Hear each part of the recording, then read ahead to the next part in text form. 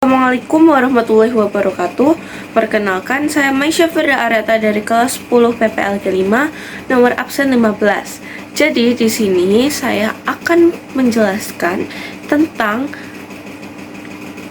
Python Basic, yang dimana mencakup aspek ada materi dari Python, materi dasar Python, yang kedua ada materi pengenalan operator, yang ketiga ada materi fungsi, yang keempat ada materi perulangan atau looping, dan yang kelima ada materi if, dan yang keenam ada materi sequence, list, tuple, dan dictionary, dan yang terakhir adalah materi exception. Jadi untuk mengetahui apa saja yang pengertian tadi yang sudah saya jelaskan, kita bisa langsung saja mulai ke videonya. Terima kasih. Jadi, di sini saya akan mempresentasikan pemrograman Python Basic. Sebelumnya, apa itu bahasa pemrograman? Bahasa program atau pemrograman sendiri adalah sekumpulan instruksi yang diberikan kepada komputer agar bisa melakukan tugas-tugas tertentu dalam menyelesaikan sebuah masalah. Bahasa pemrograman ini adalah tool yang wajib dikuasai oleh para programmer. Jadi seperti itulah dari pengertian bahasa pemrograman. Selanjutnya, kita ke materi berikutnya, yaitu materi yang pertama, yaitu materi dasar Python. Apa itu Python? Python merupakan bahasa pemrograman tingkat tinggi yang diracik oleh Guido van Rossum. Dan ini adalah muka dari Guido van Rossum atau pencipta Python. Jadi pada mulanya atau pada awalnya, ketika Desember 1989, Van Rossum, yang pria berkebangsaan Belanda, sedang mencari untuk sebuah proyek pemrograman yang akan membuat dirinya sibuk selama liburan Natal ketika kantornya tutup. Dia memutuskan untuk membuat sebuah interpreter untuk sebuah bahasa scripting baru yang akan menjadi penerus bahasa pemrograman yang dia pernah bantu rancang sebelumnya, yaitu ABC. Dan dia juga berusaha menciptakan sesuatu yang akan memikat para pegiat Unix/C.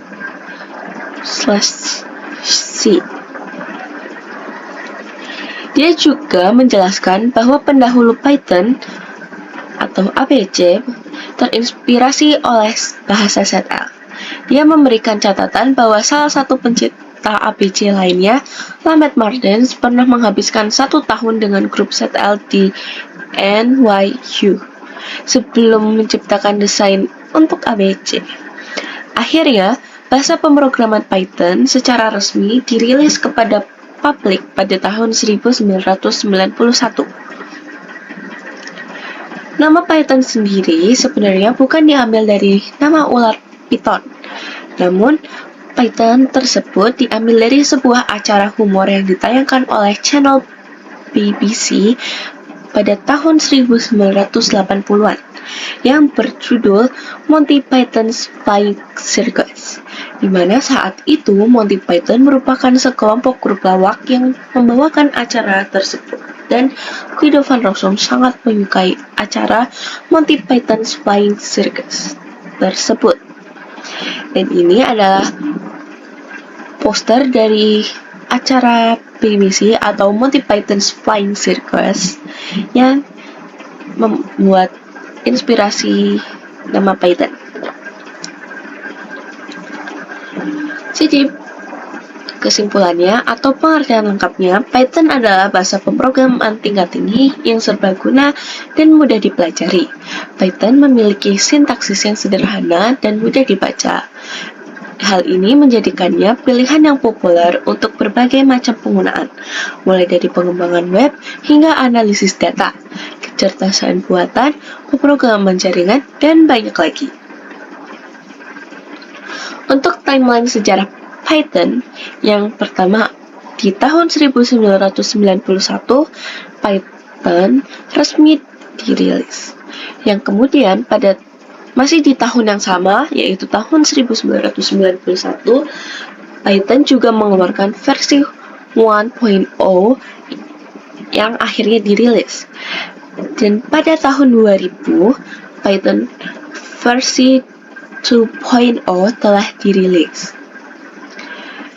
Pada tahun 2001, PSF. Dan pada 2008, Python versi 3.0 telah rilis.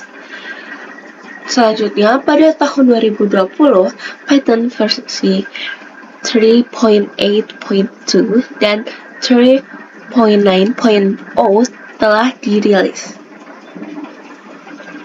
Jadi, di mana sih Python itu digunakan? Python banyak digunakan untuk membuat berbagai macam program, seperti program CLI, program GUI atau desktop.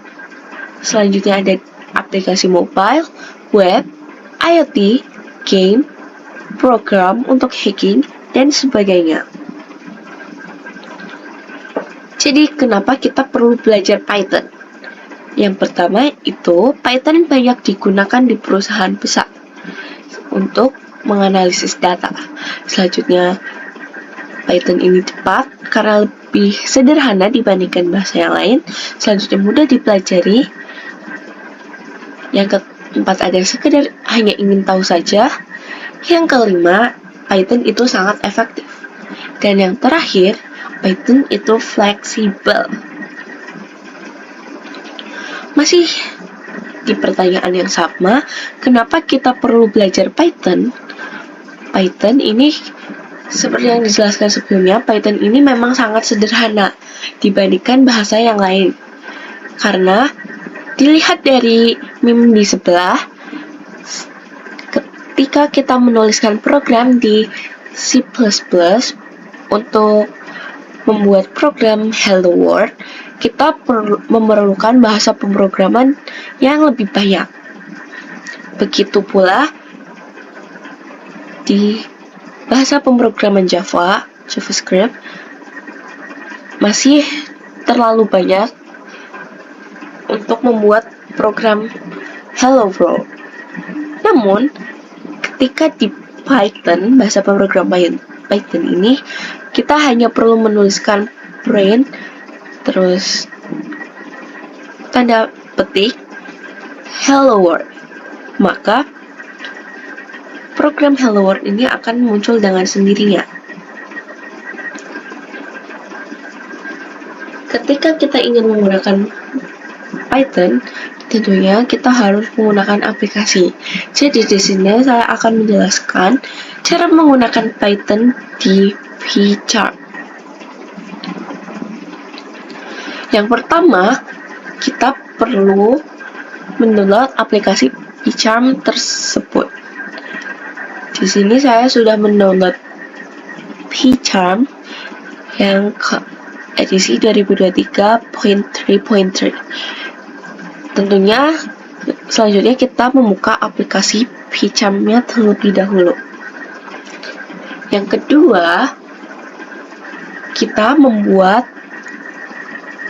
new project baru, di mana kita bisa pencet file lalu menambahkan new, atau bisa langsung untuk shortcutnya bisa langsung alt plus insert. Ketika sudah membuka new project, kita tentunya membuka Python file supaya kita bisa langsung menuliskan kode program Python-nya. Yang ketiga, kalian bisa saja langsung menuliskan kode bahasa pemrograman Python.